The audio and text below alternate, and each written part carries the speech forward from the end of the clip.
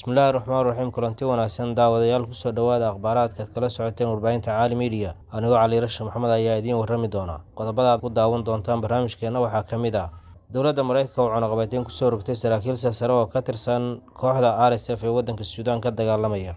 Cunaqabateynta dowladda Mareykanka ay ku soo rogtay saraakiisha dacmu sariic ee waddanka Suudaan ka dagaalamaya wax ma ka bedeli doontaa safka dagaalka ee Suudaan iyo si la mid ah dhibaatooyinka dadka shacabka dagaalada ka soo gaaraya.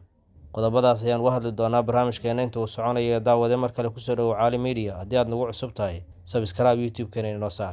Dowladda Mareykanka ayaa shaacisay inay cunaqabateyn ku soo rogeen saraakiil sare oo ka tirsan kooxda dagaalyahanada dacmu sariic ee waddankaasi Suudaan ee la dagaalamaya militariga waddankaasi Suudaan.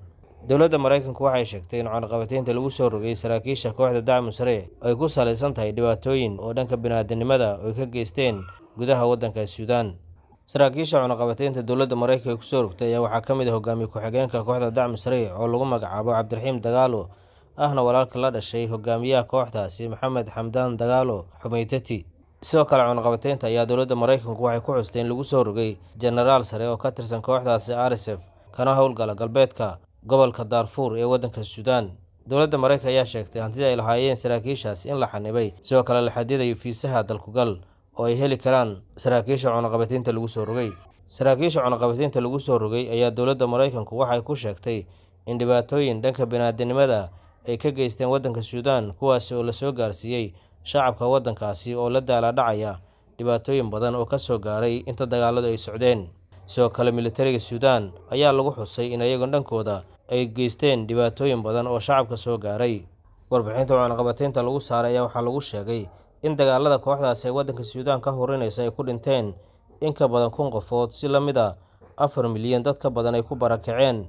Waddanka Chad oo Suudaan deris la ah ayaa la sheegay inay ku sugan yihiin in ka badan 400,000 oo shacab reer Suudaan ah oo raadinaya inay helaan magangelyo iyo meel nabdoon oo ay uga badbaadaan xabadda iyo duqeymaha ka dhacaya gudaha waddanka Suudaan. Sidoo warbixinta ayaa lagu sheegay dadka Suudaan u dhashay ee asalkooda uusan carabta ahayn in dhibaatooyin gaar ah ay u geystaan kooxda dacmu sariic. Jenaraal Cabdiraxmaan Juma oo ka tirsan kooxda dacmu sariic cunaqabateyntana la saaray ayaa la sheegay waxyaabaha loo haystay inay ka mid tahay dilka guddoomiyihii gobolka koonfurta Darfur oo kooxdaas dacmu sariic la sheegay inay dileen kadib markii uu howlgalladooda ka soo horjeestay.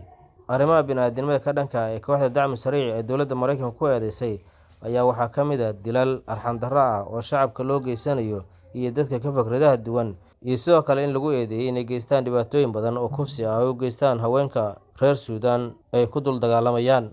Khamiis Abuubakar oo ah hogaamiyihii koonfurta Darfur oo ahaa hogaamiye si rayid ah ku maamulay koonfurta Darfur ayaa la tilmaamay in dadkii kooxdaasi qaabka isirnacaybka ay u dileen uu ka mid noqday.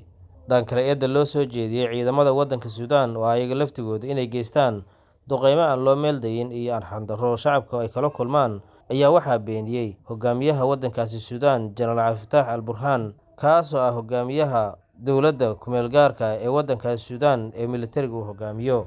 Mareykanku waxay sheegeen cunaqabateynta ay ku soo rogeen in uga gol leeyihiin in lagu dhimo dhibaatooyinka shacabka ka soo gaara dagaalada waddankaasi Suudaan ka dhacaya, sidoo kale in looga hortago xadgudubka dhanka bini'aadanimada ee ciidamada Suudaan iyo kooxda dacmu sariic ay waddankaasi Suudaan gudihiisa ka geysanayaan.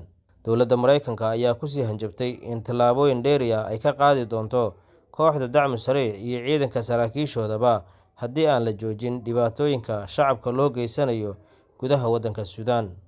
Daawada intaas ayaynu ku soo afmeeraynaa qodobkaan uga hadlaynay dowladda Mareykanka cunaqabateynta ay ku soo rogtay saraakiisha dacmu sariic ee waddanka Suudaan.